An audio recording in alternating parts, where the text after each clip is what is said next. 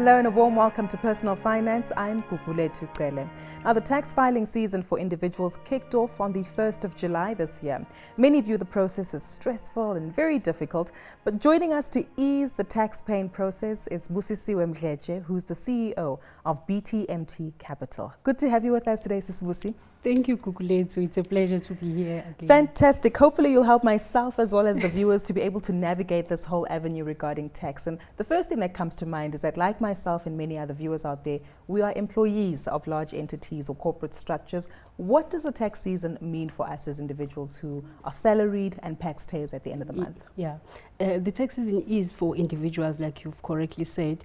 So what it means is you submit your tax return to SARS, either via e-filing or you go to the branch. And then what they do, they reconcile your income and your expenses, so that they get to the actual debt that you owe or the refund that should be due to you. So it's all about that. Yeah. Yeah. And I guess there's also particular guidelines that we also need to bear in mind here, because it doesn't necessarily apply to all working employees. So walk us through some of the limits and concerns of earning capital that one needs to fulfill in order to submit your return. So if you are employed full-time, like the example you've just made, if you earn income that is less than 350,000 per annum, you don't need to submit the tax return.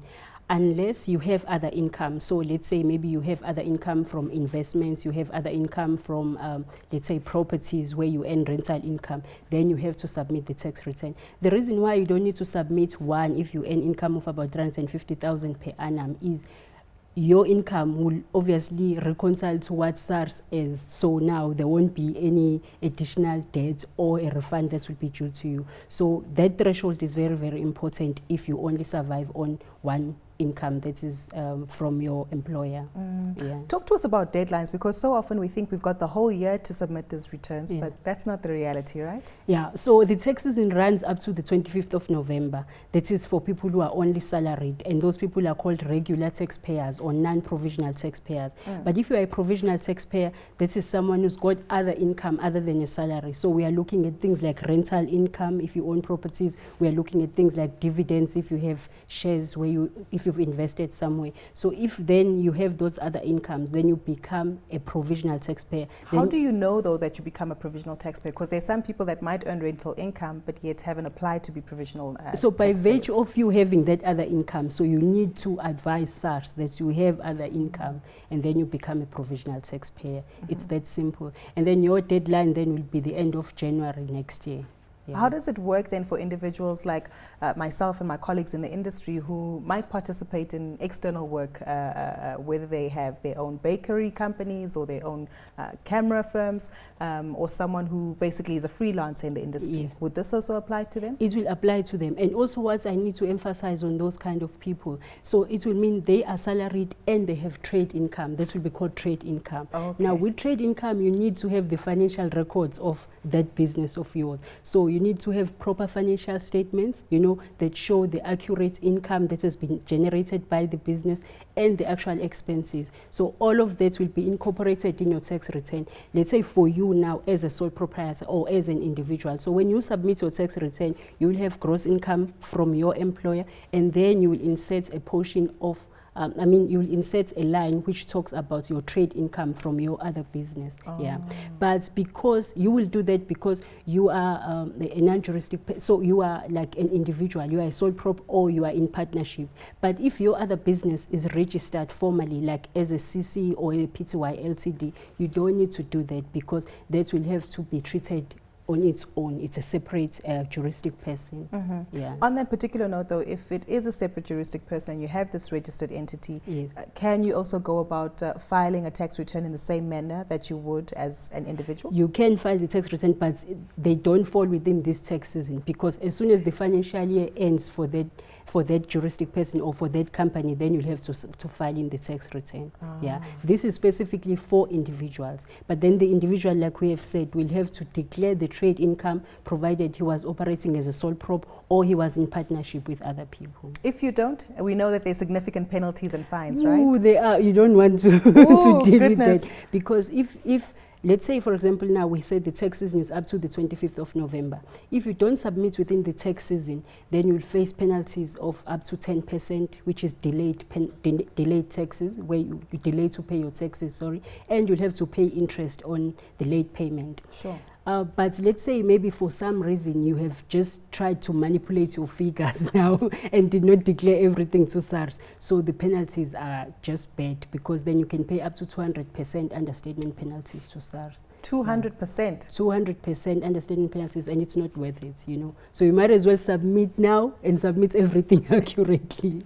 Exactly. What about, though, the thought procedure of seeking advice? And so often there are all these people that pop up as tax consultants. How do you determine first and foremost whether someone is actually correct in being a tax consultant and they registered and have all the nitty-gritty qualifications that they need? Yeah, actually that's quite important, because during these tax season there are a lot of people, and what they normally do is they will charge what is called a contingency fee, meaning they say, if I get you a refund, I need a certain percentage. So those people are likely to manipulate the figures, because they've got something to gain, you know, in return. So what we need to do, just verify if the person is registered, you know, with as a tax practitioner with SARS. They must show you their tax practice number. Maybe try and verify with SARS if that person is indeed registered as a tax practitioner.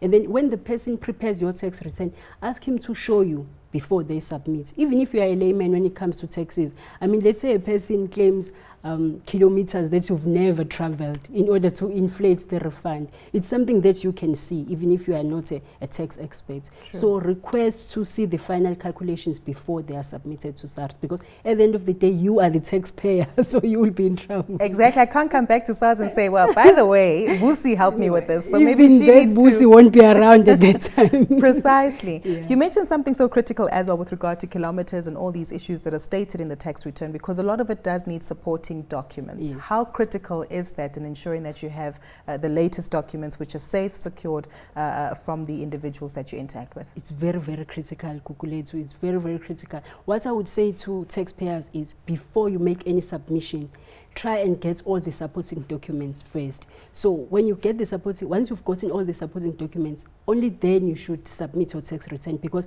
whatever that you submit to SARS should be reflected in your supporting documents. Now let's look at the example that you've just made now of the logbook. So if your logbook has got certain business kilometers, your tax return needs to reflect the same business kilometers that are in the logbook. But if you're going to thumbsuck the business kilometers and submit the tax return, later on, if you are selected for audit, they say, give us the logbook, and then your logbook shows something different from what you had submitted, you might be in trouble. Sure. So get all the supporting documents. We are talking of things like RP5 if you are employed, that is the proof of income from your employer. We are talking of the medical aid certificates. We are talking of the investment certificates if you had some investment. All of those documents need to be available before you make any submission.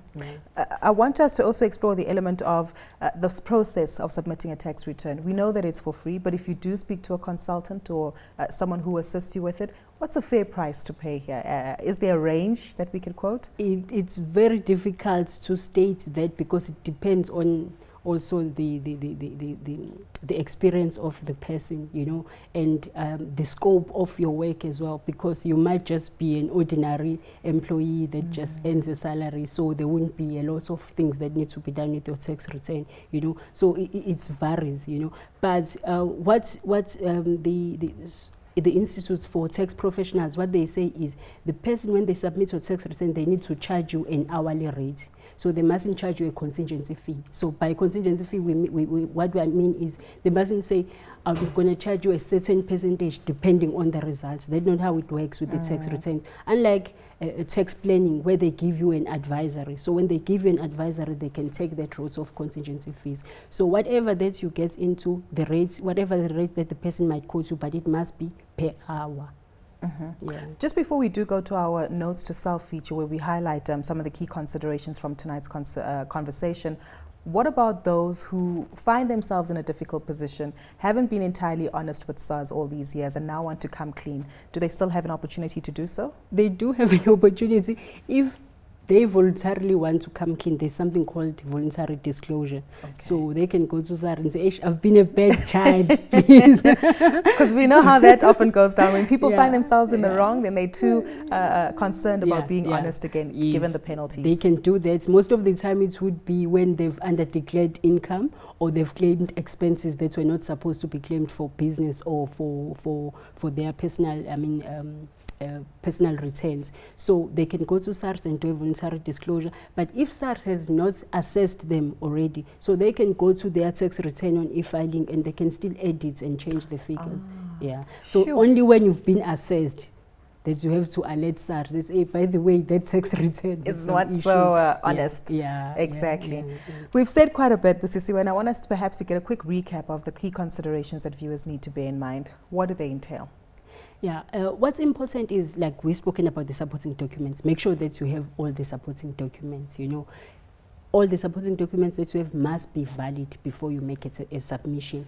And if you are not sure of what to submit, get an advice, get a tax expert to advise you. If you cannot afford a tax expert, go to SARS. If you go to the branch, the consultants are there to help you for free.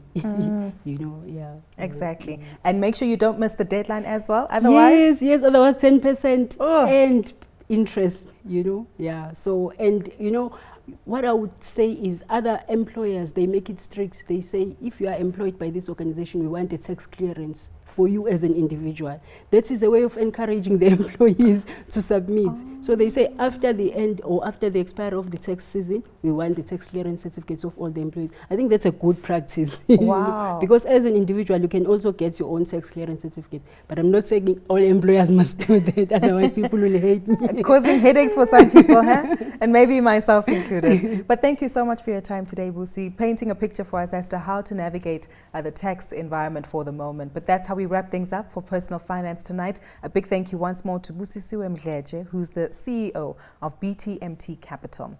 Well, stay with us, so rather give us your feedback on all social media platforms. You can send us your comments and tweets and suggestions to @CNBC Africa using the hashtag Finance410 or to myself @Gugulethu on Twitter. Until next time, happy tax season and make sure that you submit your returns.